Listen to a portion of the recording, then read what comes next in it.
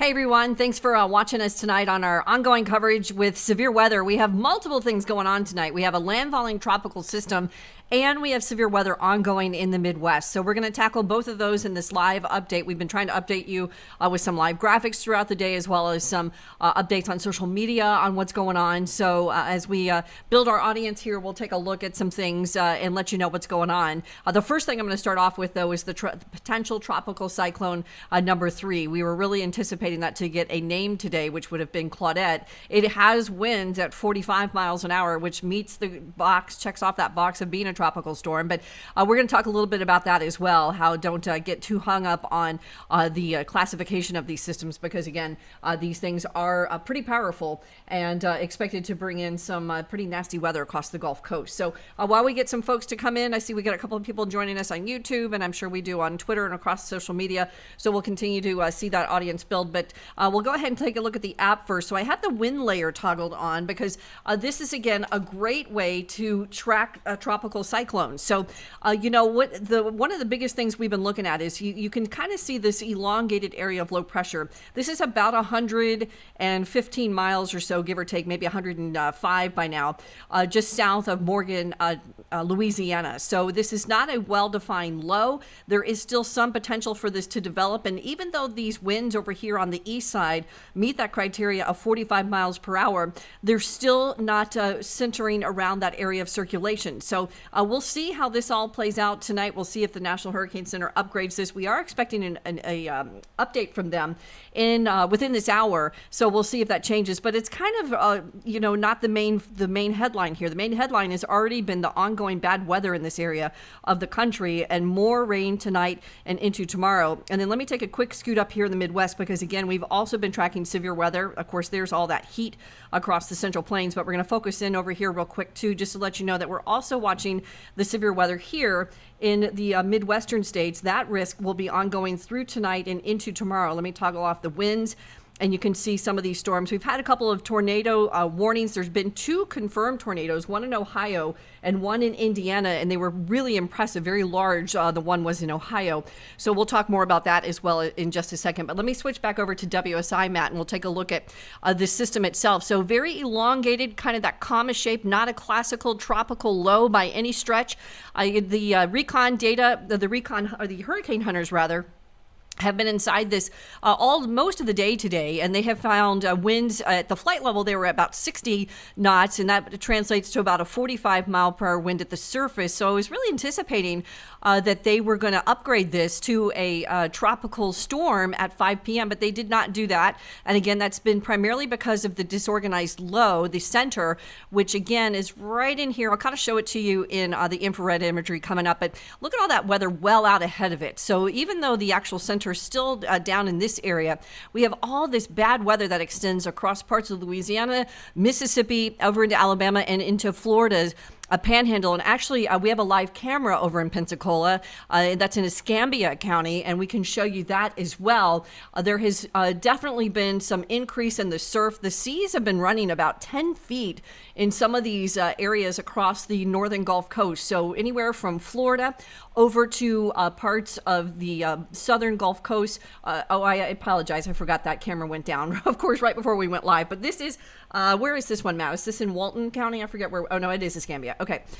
So you can see there's definitely clouds. We had a camera that was right on the beach, but it went out. It may have been from the wind there, or it just may have been intermittent. This is with our partners WeatherStem, but you can certainly see that you can see a couple of the raindrops there, and it's definitely been a blustery afternoon and going to be a stormy night for sure as we get into these next couple of hours. So let's take this back over to WSI, and we'll take a look at the weather system here. The current wind speeds, I have these live. These are sustained winds. These are not wind gusts. So currently the winds are sustained around 30 miles an hour in some of those buoys that are offshore. And some of that is producing gusts well over 40. So as you see here, I'm going to kind of just scoot this up a little bit. Some of those buoys, again, sustained winds 30 at Green Canyon. All of those are offshore. But when we get a little closer to on land, Apalachicola has not a big wind, 7 miles an hour. Pensacola has a wind at 13. We're looking at 20 sustained mile per hour in Mobile and 15 in Gulfport. So those are going to continue to increase. And look at all this weather that's still down here. So those are some pretty decent thunderstorms that have yet to rotate onto the Gulf Coast states. So we'll see that, develop into some pretty nasty weather as we head into tonight. We'll have yet to see if the National Weather Service or the Storm Prediction Center is going to issue any type of advisories in this area of the country in terms of, maybe seeing a severe weather risk and, what that might mean for these folks as we head through the overnight. Landfall, by the way, is expected to be around 1 to 2 a.m. Eastern time. So that would be anywhere from 12 midnight to 1 a.m. local time.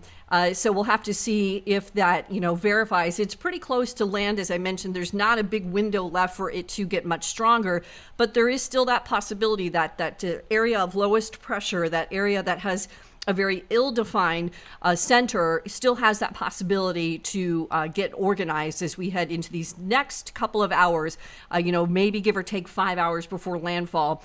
And then the system is expected to dissipate relatively quickly in about 2 days or less, and hopefully will move relatively quickly. It looks like it's going to get picked up by a trough of low pressure that's coming in from the central part of the country, and that will help steer it quickly off the coast of the Carolinas by Father's Day. All right, let's go back to the maps full, Matt, and we'll take a look at the infrared.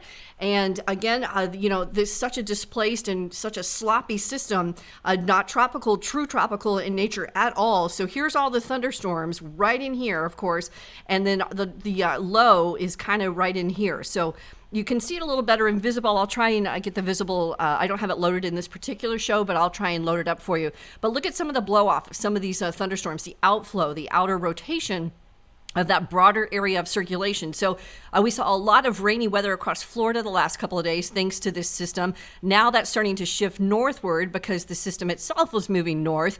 And so we're going to see some of that rain fill in through parts of Georgia, into Alabama, into South Carolina, and North Carolina as we head into the overnights and into tomorrow. But, a much lesser form than what we currently see, which isn't much. Again, this is not a classic tropical system by any stretch of the imagination. But officially on paper, the Hurricane Center has the winds sustained at 45 miles an hour, the pressure 1,006, and the movement north at 16, and that put it at 5 p.m. local time, Eastern time, at about 125 miles south of Morgan City, Louisiana. So shave off, if you do the quick math there, 32 miles. So that would take it just under 100 miles south of Morgan City right now. So again, landfall expected in about 5 hours or less.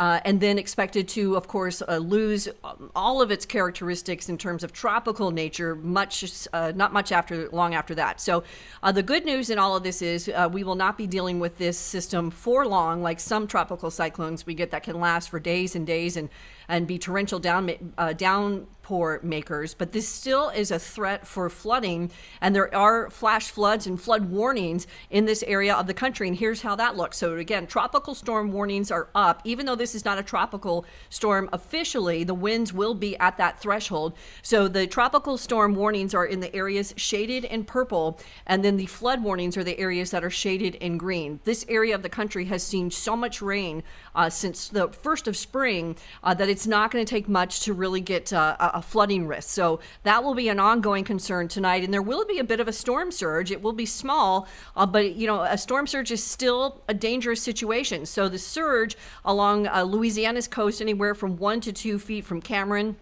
back over to Grand Isle through the boot of Louisiana. Lake Pontchartrain anywhere from 1 to 2 feet. And again, this already started to rise earlier today. So remember, the storm surge always comes ahead of a landfalling tropical system. And then back towards Mobile Bay and the Alabama Florida line there, state line, we're looking at a 1 to 3 foot surge, which again already started to increase today.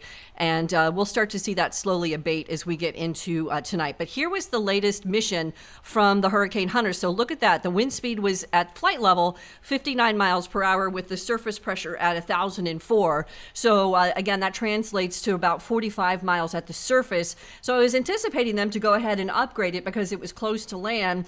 And even though it looks, sloppy on infrared and on reflectivity, I was still thinking they were going to go ahead and bump it up to that tropical storm strength. They did not. But, I've been hearing a lot of people get on social media saying, why isn't this a storm? Why are they not calling it a storm? They've got winds higher than a storm.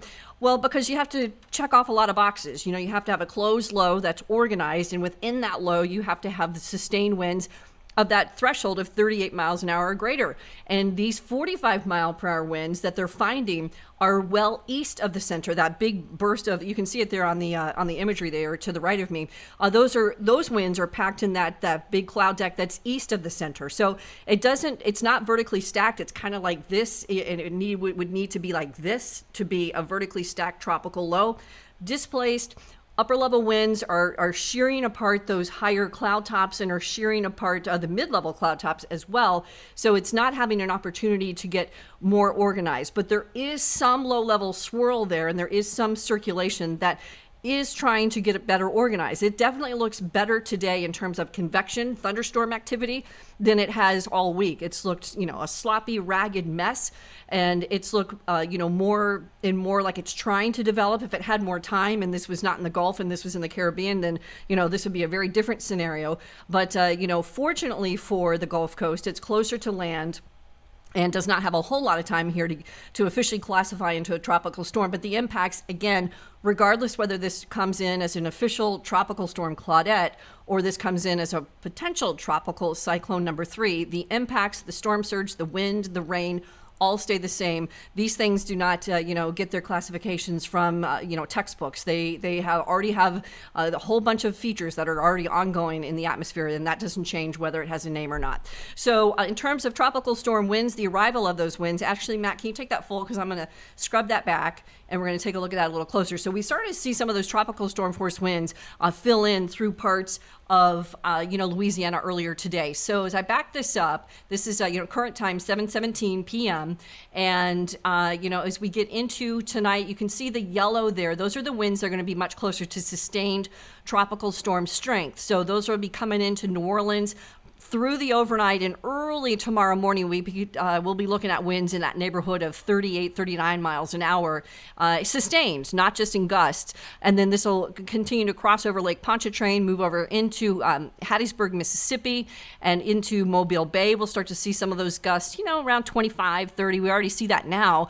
So I suspect that will stay as it is as we head through the overnight. And then into Father's Day on Sunday, we'll start to see, the lessening of the impacts here. So this product is actually really good for landfalling cyclones and for about 24 to 48 hours. Much past that, the further out in time you go, the less accurate it is, but it kind of gives you a good guidance of when those storm winds will start to impact you. So you can see that tomorrow night, a big chunk of Alabama, parts of Georgia will start to feel it.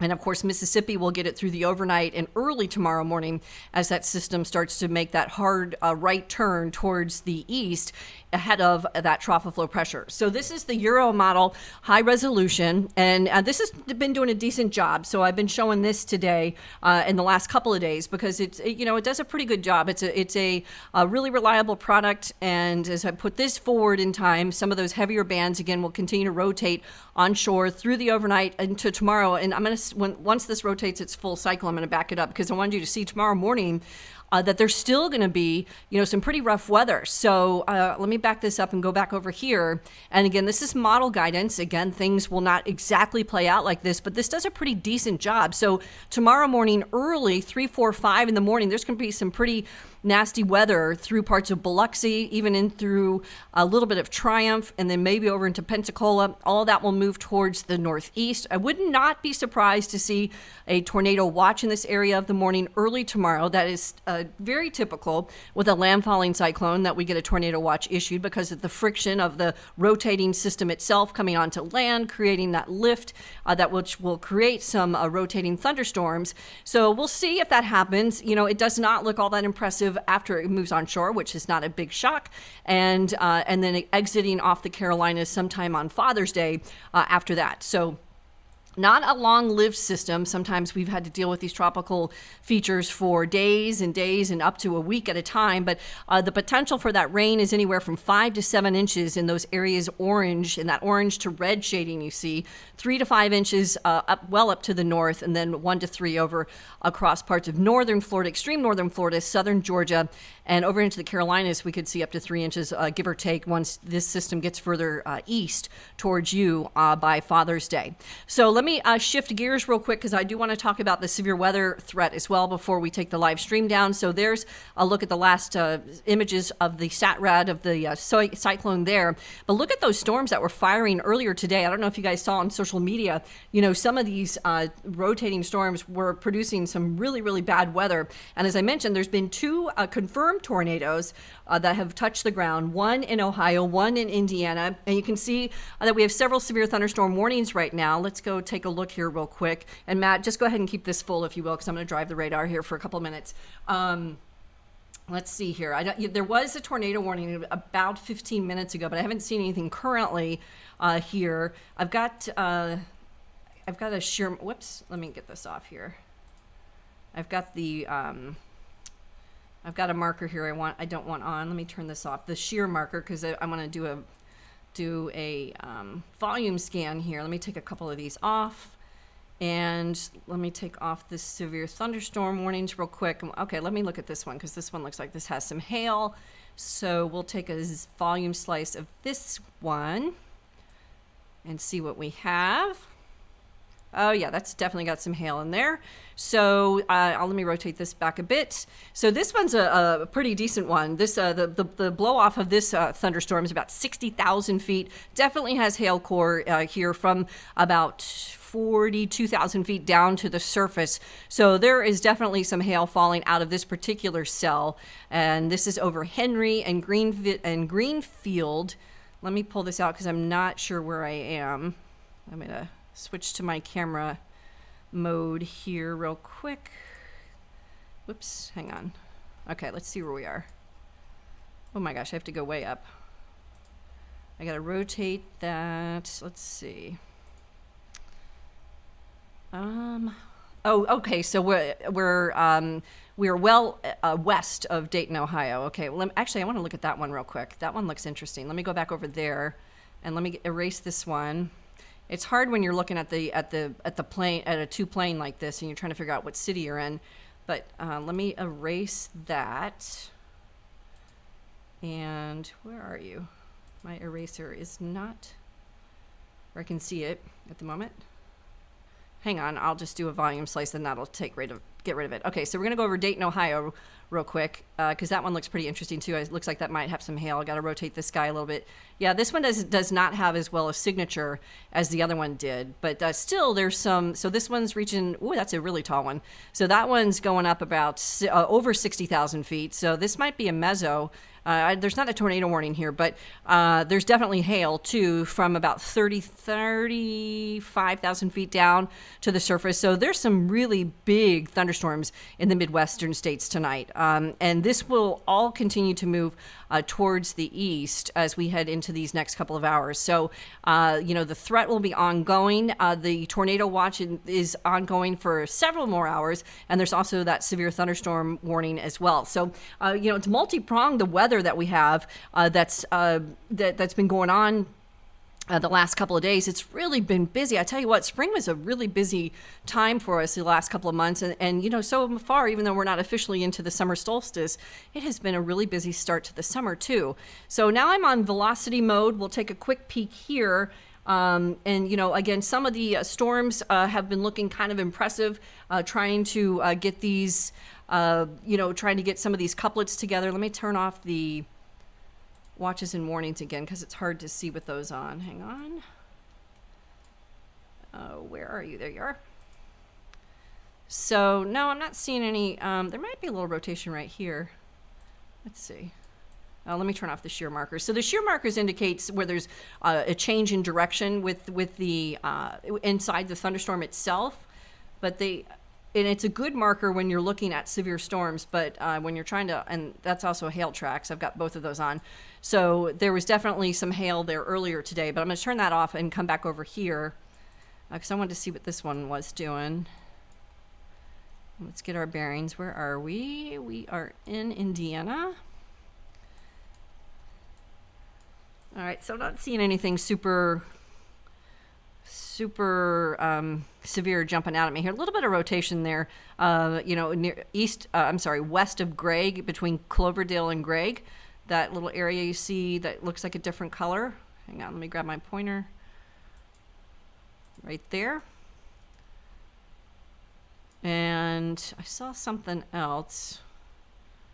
Let's see. Take a quick drag here. I don't want to, you know, over and, well, no, not really. So a little bit of, you know, there might be something trying to go on that's trying to develop in this, just to the east of Cloverdale. We'll see. There are no current tornado warnings, but there have been several today in this area of the country, and there are ongoing severe thunderstorm warnings in this area. I'll turn those back on real quick so you guys can see those. And you can see several severe thunderstorm warnings in this area of the country as well. So, you know, and this is just the beginning. I do think there's going to be several more hours that we're going to be dealing with this severe weather here, especially through this overnight. So look at this, 15 million people at that enhanced risk. There's about 12 million at a slight risk and 27 million people at the marginal risk. So a big chunk of real estate across those Midwestern states expected to potentially be dealing with some severe weather in these next several hours and through the overnight. Now, tomorrow, the risk is currently slight for just a little chunk of this polygon that's to the east over by the northeastern states. So hopefully the dynamics in the atmosphere will not change. There's been several days of severe weather in this area of the country. And as I mentioned, lots of severe weather that has actually officially reached the ground. A lot of that has been hail, some of it high wind, and there have been a couple of tornadoes, as I mentioned today. And yesterday, I believe we didn't have any tornadoes. There may have been one. I'd have to double check on that. But you know, just an active weather pattern as this low pressure center and this frontal boundary continue to track towards the east and help actually deflect a little bit of our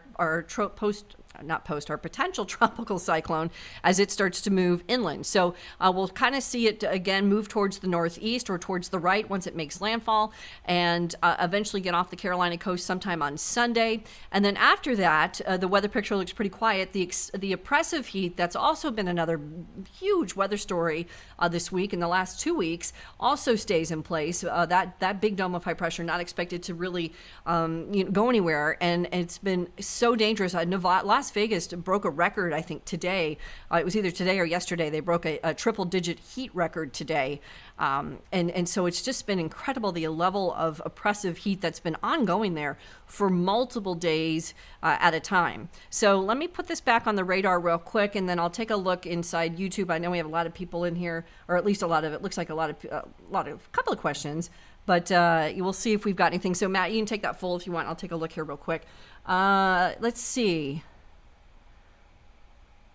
Okay, so Sandy is here, obviously. Tornado warning option would be nice. So Texas is asking, I'm not sure what you mean by tornado warning option. I'm guessing you mean if you want to turn that off or on. Let's see. Then we also have, let's see, he's asking, so Skellius Gaming, is that how you say it? Yeah, I'm talking about that. I'm not sure what he means. I'm not sure. So can you please add a feature where it will show you tornado warnings, have full So we do have, I'm not sure what you mean because you can see tornado warnings in the app. It's in the watch and warning feature. Oh, you do have it up. Okay. You have the app up, Matt? Oh, okay. Let me turn on watches. Well, there's not a live tornado warning right now, so I can't show you one. But it would look like, in fact, there's no severe weather warnings. Well, there is. Let's see. Hang on.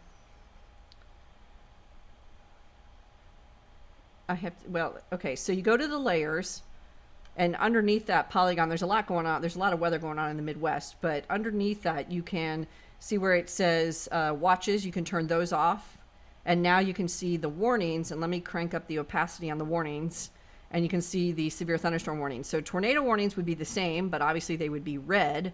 And that that severe thunderstorm warning has 29 minutes left, and that's in Wilmington, Ohio. Was issued at 7:19. So the tornado, I'm not sure if I'm missing your question, but this would be the same thing. You know, if we had a live tornado warning right now, you would see that, just like you see the severe thunderstorm warnings. So again, you go in the layers, which is the fourth one in on the left, and then you'll see 1, 2, 3, 4, 5 down. Watches and warnings. I have that toggled on, and if I turn that off, obviously the warnings go away. I'm going to turn that back on.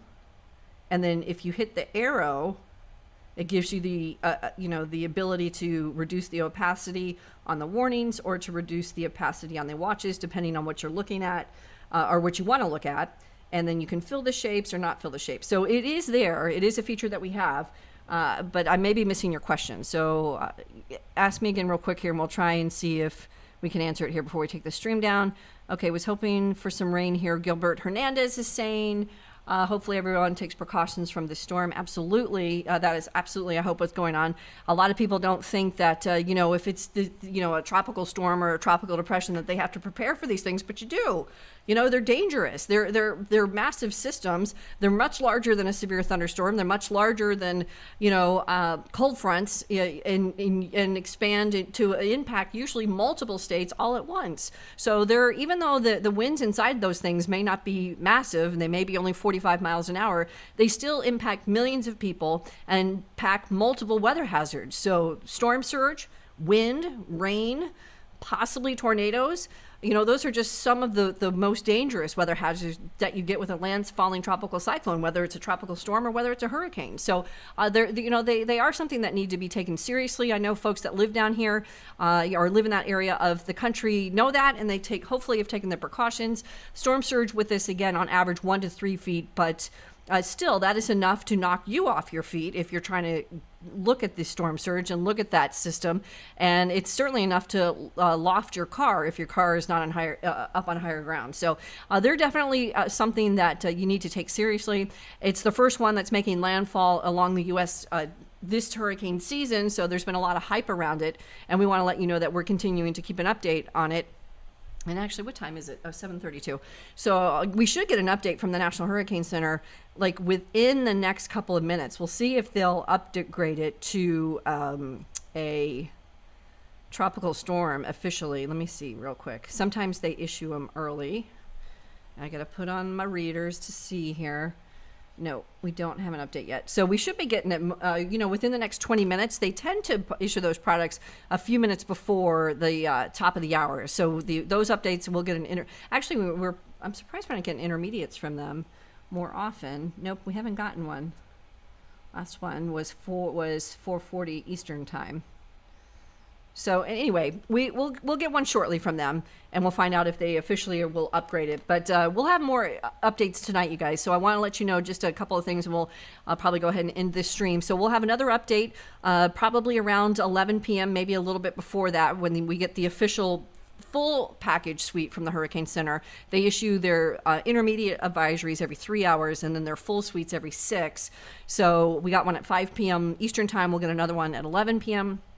Eastern time. We'll do something on that, and of course get you updated for the fast forecast that will launch around 3 a.m. Eastern time tomorrow morning. And then meteorologist Jamie Martin will be in here early tomorrow morning, as well as Damien McFarland, who will be driving the bus like Matt does.